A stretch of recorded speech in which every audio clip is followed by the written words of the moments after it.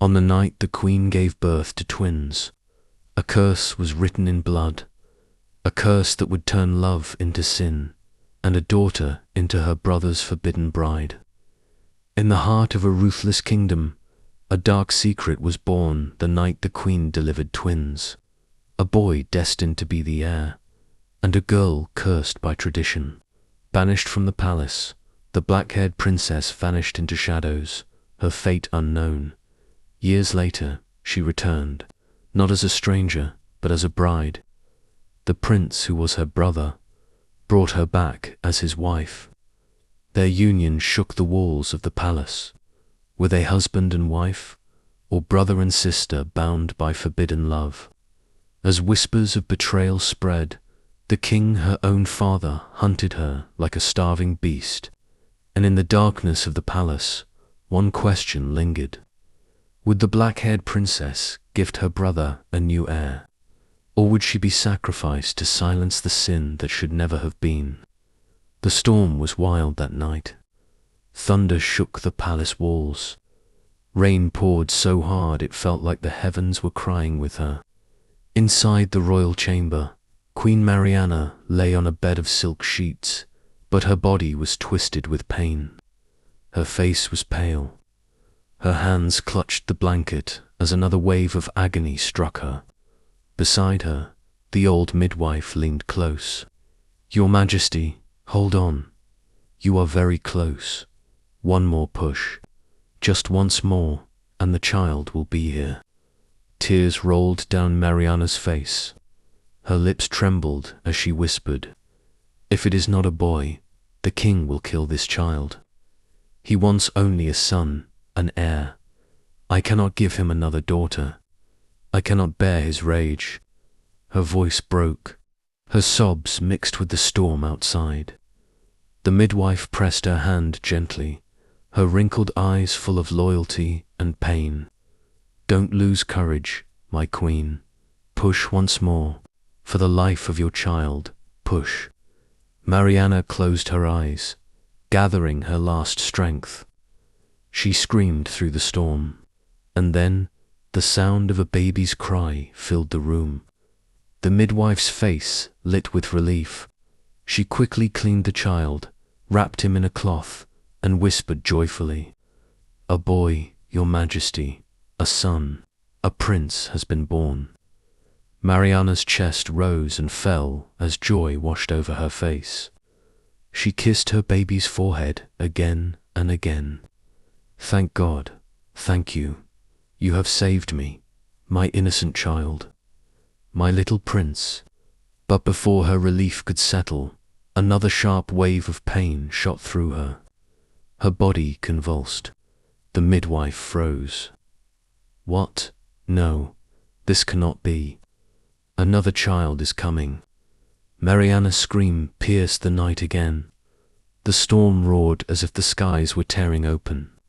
And then another cry. A softer, gentler cry. The midwife stared in shock. A second baby. A girl.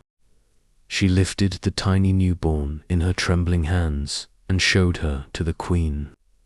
"A daughter, your Majesty. A beautiful girl, just like you." The queen's tears flowed endlessly now. She looked at the little face, so delicate, so innocent, and her voice broke in despair. "Why this trial? Why this curse? The king will not spare her. He will crush her life before it even begins." Outside the chamber, King Thomas Edward paced the marble floor like a caged lion. 60 years old, his beard streaked with silver, his eyes burning with impatience. Every few minutes, he barked at the guards. "Why so long? Has the child not been born yet?"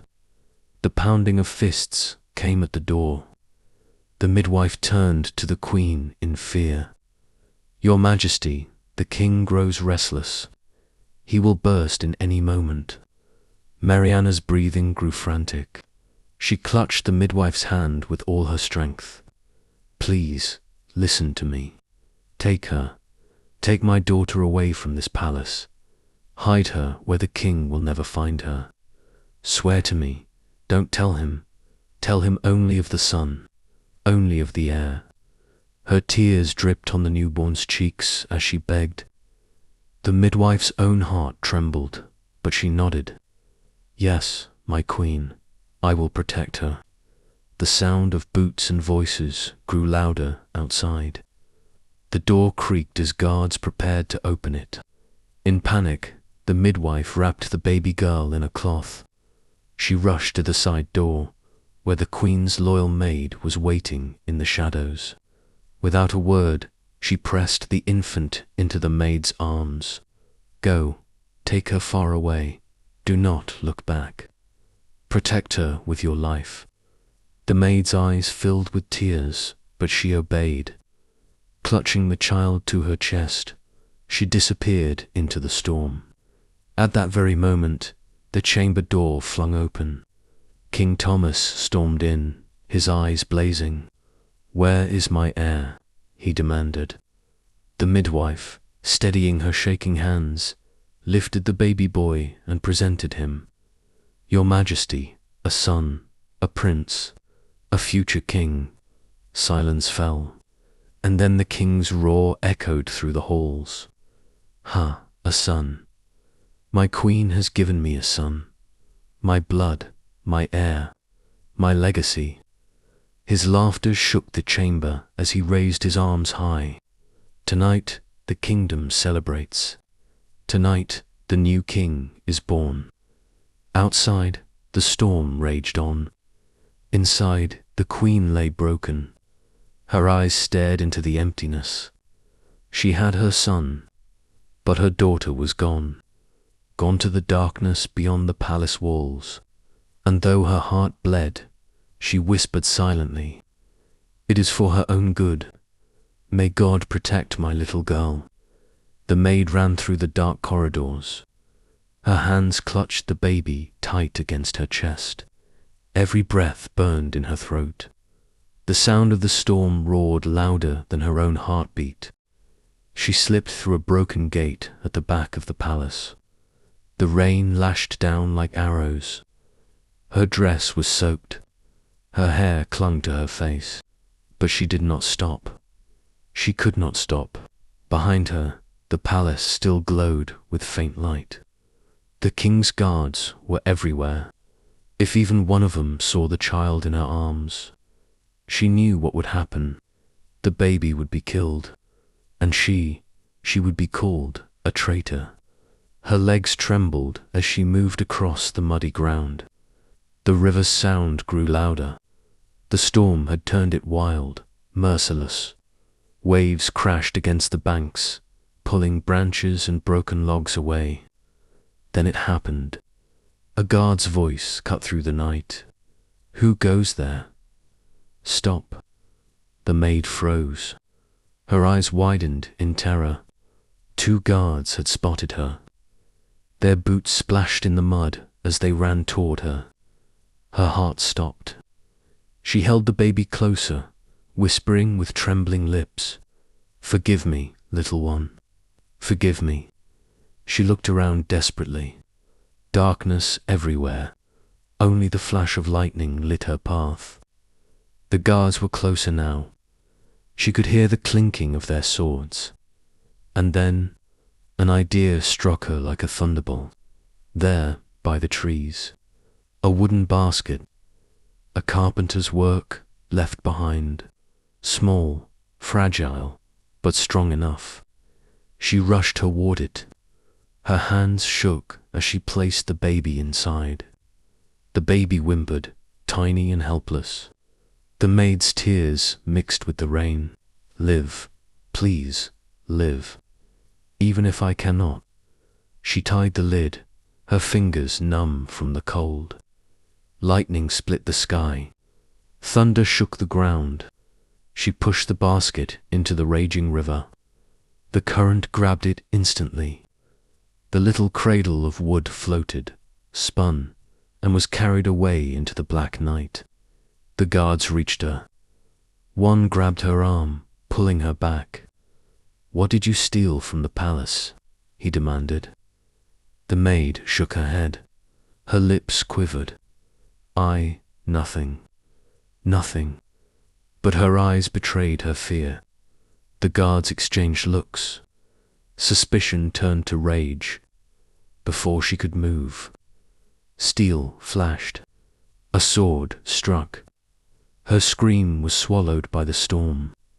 The maid's body fell to the wet earth, lifeless, and in the distance, through the rain, through the darkness, the basket drifted further and further away. The river carried her on, into the unknown, and the next morning the forest was alive with the sound of rain. The river roared louder than usual, swollen with last night's storm. A lonely woodcutter swung his axe against a damp log. Suddenly he froze, axe in hand, eyes narrowing toward the rushing river. Through the mist and rain, something small and round floated on the water, a basket, spinning helplessly as the current dragged it along. The woodcutter's heart skipped a beat. He dropped his axe and ran to the edge.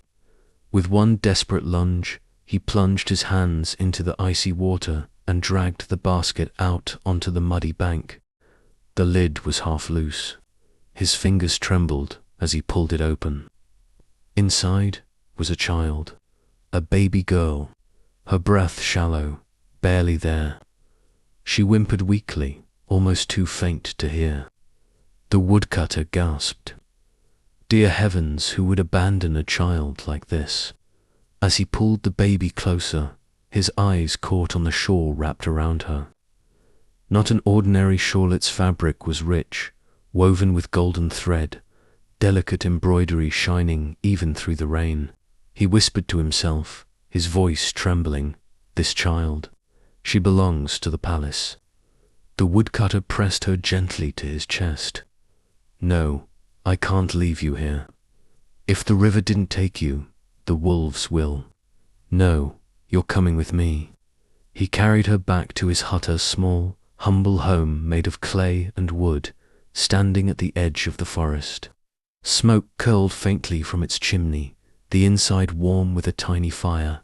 He smiled faintly, tears welling in his own. "You're a miracle, little one, a gift. From this day on, you are mine." Years passed. The girl grew under his care. The villagers believed she was the woodcutter's granddaughter, found in another village after her parents had died. No one ever suspected the truth. They called her Ella, the name the woodcutter gave her. She grew into a young woman, graceful yet humble. But unlike the others in the village, whose hair was golden like wheat, Ella's hair was midnight black long, flowing, shimmering like silk. Her eyes remained the same deep green, glowing with a beauty no one could explain.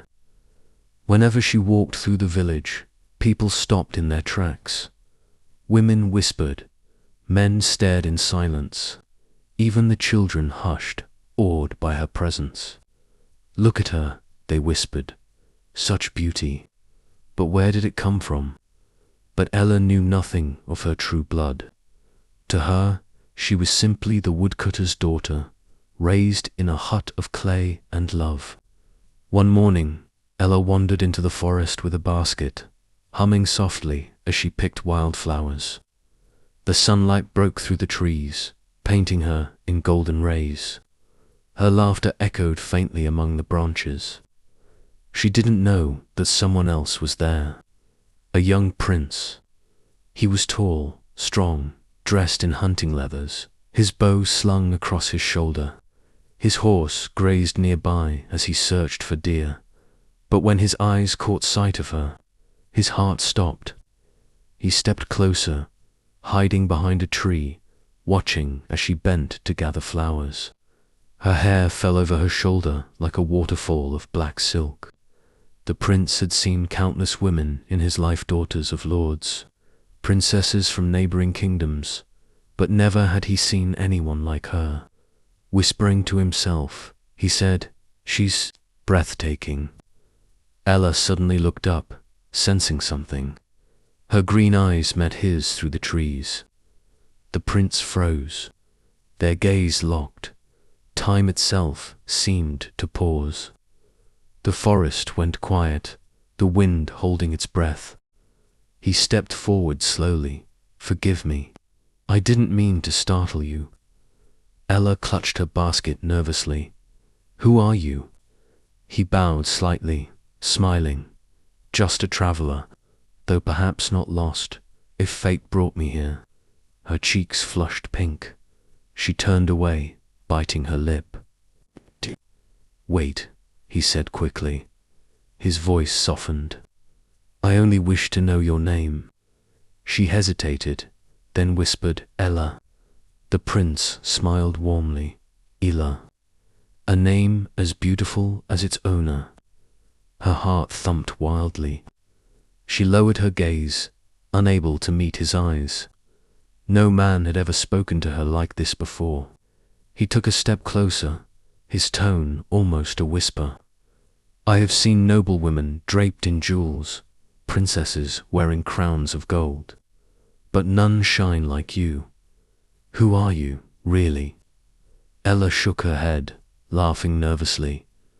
"I'm no one, just a woodcutter's daughter." But the prince's eyes lingered, full of wonder. He didn't believe her not for a moment.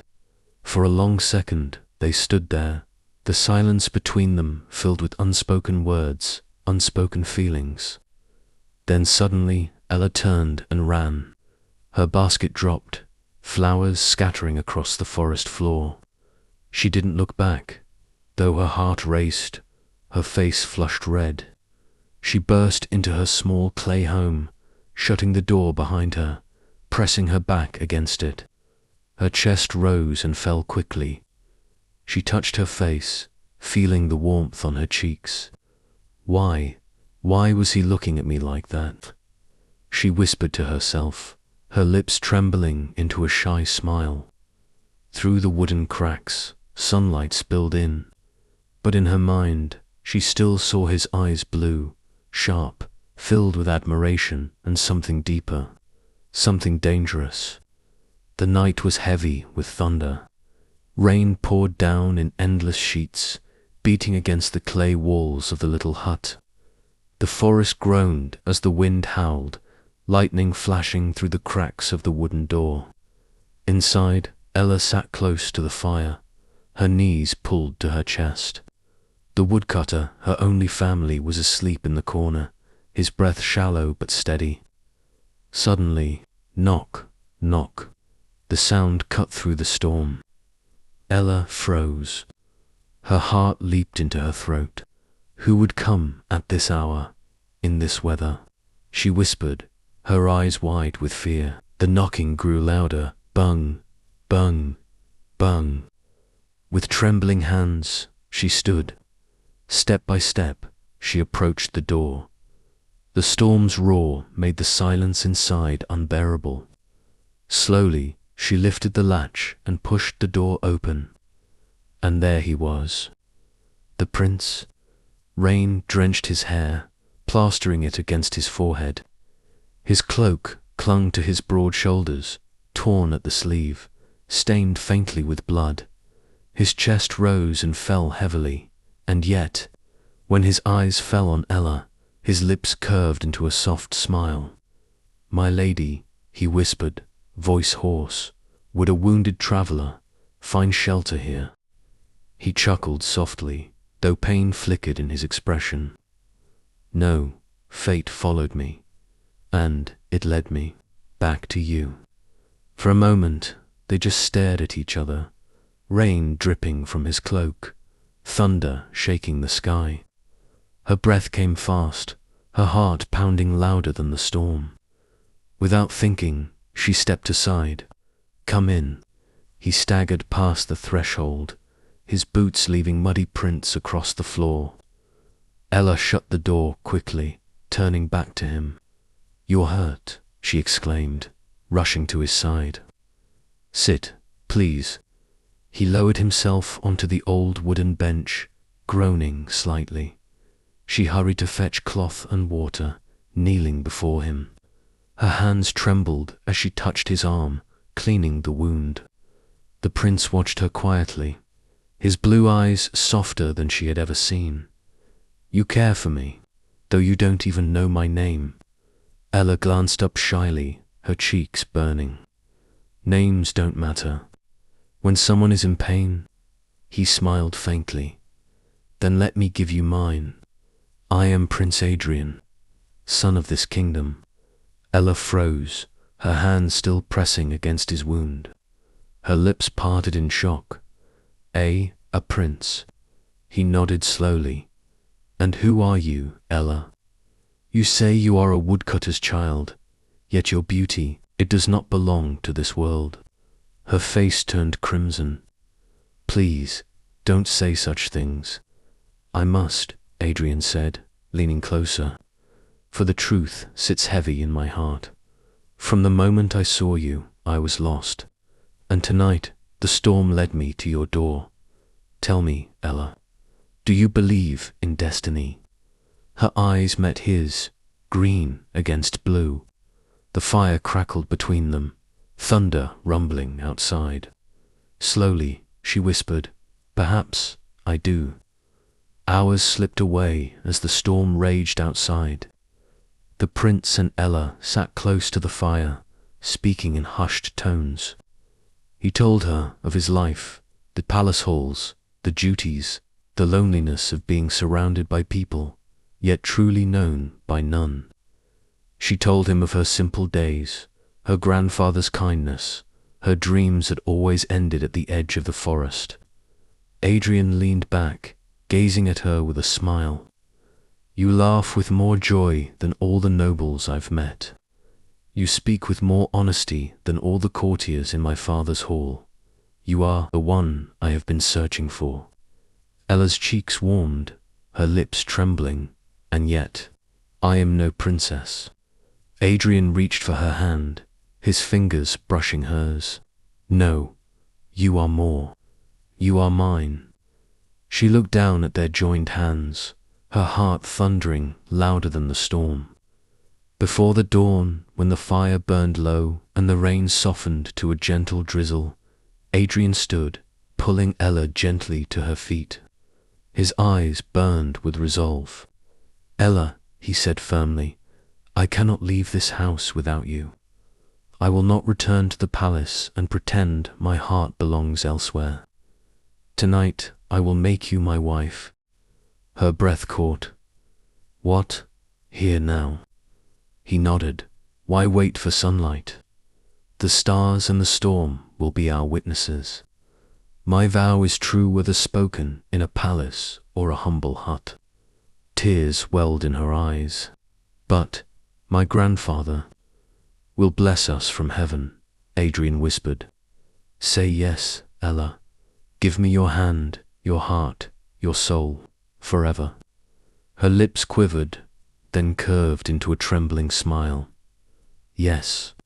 And so, with no priest but the heavens, no guests but the storm, Adrian and Ella pledged themselves to one another. He slipped a simple ring, forged from the chain around his neck, onto her finger. From this moment, he whispered, pressing his forehead to hers, you are my queen. Sunlight broke through the cracks of the hut. Ella awoke with a smile, her heart full, her finger heavy with the prince's ring. She rushed to the corner, eager to tell her grandfather the news. Grandfather, wake up, her voice faltered. The woodcutter lay still. His chest no longer rose. No, Ella's voice cracked, tears spilling instantly. She fell to her knees, clutching his lifeless hand. No, please, don't leave me. Not today, not now. Her sobs shook the small hut, louder than the birdsong outside. Adrian knelt beside her, his arm around her trembling shoulders. Ella, my love, he is gone. She buried her face against him, weeping bitterly. He was all I had. Adrian cupped her face gently, forcing her to look into his eyes. No, you have me now. You are my wife, my queen, and I swear I will never leave you. Your place is no longer in this hut of clay. Your place is beside me. Through her tears, she nodded weakly. He lifted her to her feet, holding her close as she clutched his cloak. By noon, the forest gave way to open fields, and at last the grand palace rose before them. Its white towers gleamed under the sun, golden banners fluttering high. Ella stopped in awe, her eyes wide. It's beautiful. Adrian squeezed her hand. Tomorrow I will be crowned king, and with me you will be crowned queen. Her lips parted in shock. Queen? Yes, he said softly, brushing her cheek. From this day forward, the throne is ours, together. As they entered the gates, the crowd turned. Whispers spread like fire. Servants bowed, guards straightened, courtiers stared with wide eyes. Ella shrank under their gaze, clutching Adrian's hand. Why? Why are they staring? Adrian frowned, confusion flickering. Perhaps it is your beauty, or... He paused, his eyes narrowing. Or what? She asked, her voice trembling. He smiled faintly, brushing a lock of her black hair. Or your hair, for no one in this kingdom has black hair. No one but me. They say it is a gift from our ancestors, a mark of royal blood. Ella's heart skipped, her mind spinning. She lowered her gaze, whispering, but how could I? Before she could finish, Adrian led her into the grand hall. And there, upon the throne, sat an old king, weak, frail, his crown heavy upon his head. His eyes lifted slowly, and locked on Ella. Adrian bowed low. His voice was steady. Father, forgive our sudden arrival. The storm delayed us. The king did not answer. Adrian raised his head. Father, this is the girl I told you about. I have married her. Tonight she entered this palace as my wife. Tomorrow I will be crowned, and I will crown her my queen. Ella felt her heart hammer. She kept her gaze low. She held the shawl around her shoulders tighter. The same shawl the woodcutter had kept safe all these years, warm with memory, heavy with love. The king finally moved. He leaned forward. His voice was a whisper of steel. Married. Adrian nodded. Yes, she is beautiful, gentle, brave, and... He smiled at Ella. She is like me. Look at her hair, black as night. In this realm only I carry this mark. Now she does too. The king's stare slid over Ella like a blade. Her long black hair, her green eyes, the shawl. His expression changed. Only a little. A shadow moved behind his eyes. He stood, slowly, painfully, but with purpose. The guards shifted. Courtiers held their breath. The king stepped down from the dais, one slow step at a time. His gaze never left the shawl. Ella swallowed. She could not move. Her fingers squeezed Adrian's hand. The king stopped in front of her. Too close. He smelled of old perfume and bitter herbs. His hand lifted. For a heartbeat she thought he would touch her cheek. He seized the shawl. He tore it off her shoulders. Ella gasped, "Your Majesty?" The king's voice was a hiss. "Where did you get this?" Ella's hands flew to her throat. She felt naked without it, exposed. "It was my mother's," she whispered. Adrian frowned. "Father, what is the meaning of this?" The king ignored him. He held the shawl up. The silk gleamed. Golden thread, a pattern of stars. A small stitched emblem, fated but royal. His fingers trembled around it. His eyes burned. Ella's voice shook. "The man who raised me said, it belonged to my mother. He said she loved me. He kept it safe for me. Please, give it back." The king did not.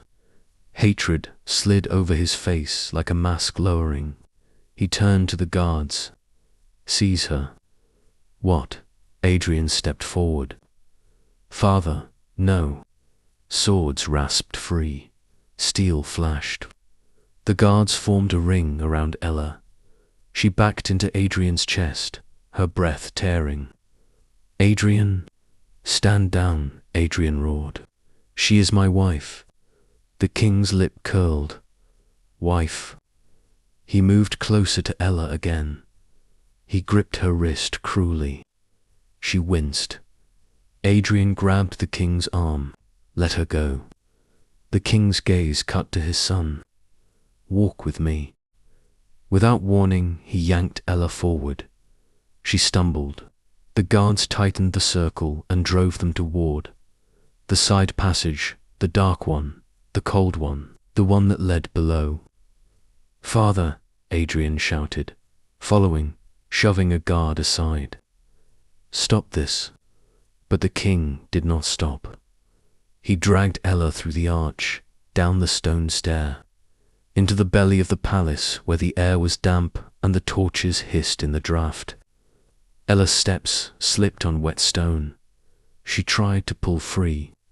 "Please, please, what have I done?" No answer, only the king's breathing, only the chain clink of keys at his belt, only the echo of their steps. They reached a corridor. Iron doors, iron bars, whispers, rats, a low moan from somewhere deep. The king halted at a cell. He signaled the guard. The bolt scraped. The door groaned open. Inside, a woman stood. Old, thin. Her hair was grey and tangled. Her face was lined with grief. Her eyes were red as if they had cried for years and never dried. When she saw the king, she flinched. She stood. She pressed her back to the wall.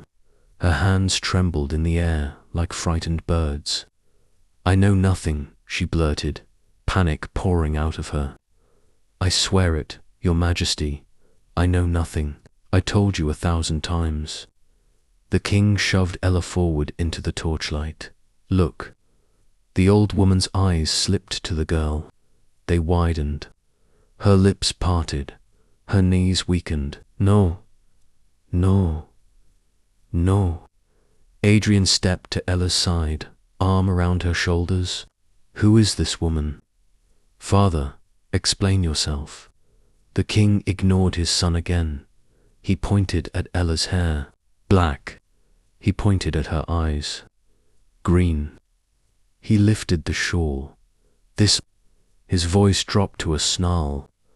Were the queen's second child's eyes green? The old woman's hands covered her mouth. Tears spilled. She shook her head as if to deny the past, then nodded because she could not. Her voice collapsed into a whisper. "Yes." Ella stared between them, frozen. Second child. The king's gaze was a blade. "Answer me, midwife." The old woman broke. "I helped your queen give birth to children, a boy, a girl." Her voice trembled. "I only did what I had to. The queen begged me. She begged me to save the girl. She said if you knew a daughter you would," she choked, "you would kill her." Adrian's arms stiffened around Ella. "What are you saying?" The woman sobbed. "I gave the girl to a maid. The maid ran into the storm. I never saw her again. I told you I did not know where the baby went." She looked at Ella, searching her face as though the years could be undone. "My child, oh my child." Ella's lips trembled. "Me?" Silence. The torches hissed. Water dripped from the ceiling. The king's eyes blazed with triumph and hate. "Yes, you." He stepped close, too close. "The queen defied me. She gave me a son useful and a daughter shame." The words spat like poison. "I searched for years. I hunted the night. I punished the palace. I wanted the infant found and destroyed. It was mercy to end her then, mercy to end the stain. Adrian's voice was hollow. Father, the king's head snapped to him. You think a crown is a toy.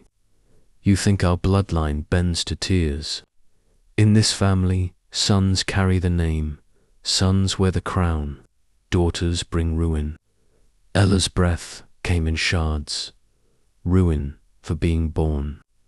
The king laughed. It was a dry sound, for daring to live. The old woman slid to her knees. I am sorry, she wept. I am sorry, princess. I could not save you and your mother both. I was weak. Please forgive me. Princess. The words struck Ella like thunder. She swayed. Adrian held her, but he, too, had gone still. Cold. His eyes were not the eyes of a hunter now. They were the eyes of a man watching the ground vanish beneath him. He looked at Ella, at her hair, at her eyes, at the shawl. No, he said softly. The word barely formed. No, this cannot. The king's smile was thin, cruel. You asked me for my blessing on your queen. Shall I give it now, son? Shall I bless your union? Adrian's voice cracked. What are you implying? The king gestured between them with a flick of disdain. Brother, sister. The corridor tilted. The torches swam. Ella staggered back a step. Adrian's hand slipped from her shoulder. For a long heartbeat, neither breathed. Adrian, Ella whispered, the word a shattered prayer. He shook his head, as if denial could turn time back. This is a lie, he said. It must be. Father, say it is. The old woman sobbed harder. I am sorry. I am so sorry. The boy was taken to the king. The girl was sent away. I thought she would die. I thought perhaps that would be kindness. Adrian stumbled 2 steps back, hitting the wall. He lifted a hand to it, as if the stone could hold him. The ring on Ella's finger glinted in the torchlight. His ring, their vow, the night, the rain, the promise. His face broke. Ella covered her mouth. A sound escaped her. Not a cry, not a breath. Something deeper. Something from the place where dreams go to die. The king's voice cut the air. Guards. Boots slammed the stone. Take the girl, the king commanded. I will decide what to do with her. Adrian lunged. No. 4 swords crossed before him. He reached anyway, wild, desperate. Do not touch her. The king did not even look at him. You are weak, boy. Tomorrow you will be king, and already you are broken. 2 guards seized Ella's arms. She fought Adrian. Her voice tore from her throat. Adrian. He pushed against the blades. One nicked his palm. Blood slid red and bright. He didn't care. Let her go. Hold him, the king snapped. More hands, more steel. Adrian was dragged back, feet skidding. Father, stop. She has done nothing. She has done everything, the king said. She exists. Ella kicked. She cried. She tried to twist free. The shawl fell from the king's fist to the wet floor like a piece of the past finely torn loose. The dungeon was silent except for the prince's broken sobs. He sat on the cold stone floor, his hands clutching his hair. How could this be? He whispered, his voice cracking. My sister, the woman I love, my wife. Oh God, what have I done? His tears fell like rain, and guilt pressed heavily on his chest. He wanted to scream, to tear the world apart, but his voice was lost in the darkness. Suddenly, from the far side of the dungeon, screams erupted. The clash of steel echoed through the walls, followed by guttural cries of soldiers. The prince froze, his heart pounding. And then, from the shadows, Ella emerged. Her long black hair whipped wildly in the draught of the dungeon. In her trembling hand was a blood-stained sword. Her green eyes burned with both fury and unbearable grief. The prince's breath caught. His eyes dropped to the sword. He knew it at once. His father's sword. The silence was suffocating, broken only by the drip of blood from her blade. Then came the distant shouts from above. The king is dead. The king is dead. Fear swept the castle. Guards whispered her name like a curse. She killed him. She killed the soldiers too. She is dangerous. Ella walked forward, her steps steady, her face carved from stone. She stopped before the prince. Her eyes softened, just for a moment, and he saw the storm of pain inside her. "I can't be what you wanted me to be," she whispered. Her hand shook as she slid the golden ring from her finger and placed it on the ground between them. Tears welled in her eyes as she turned away. Without another word, she disappeared into the mist beyond the palace gates. The prince stood, staring at the empty doorway, his crown heavy even before it touched his head. Perhaps this was destiny. Perhaps love was never meant to be theirs. But the memory of the girl with black hair would haunt him forever.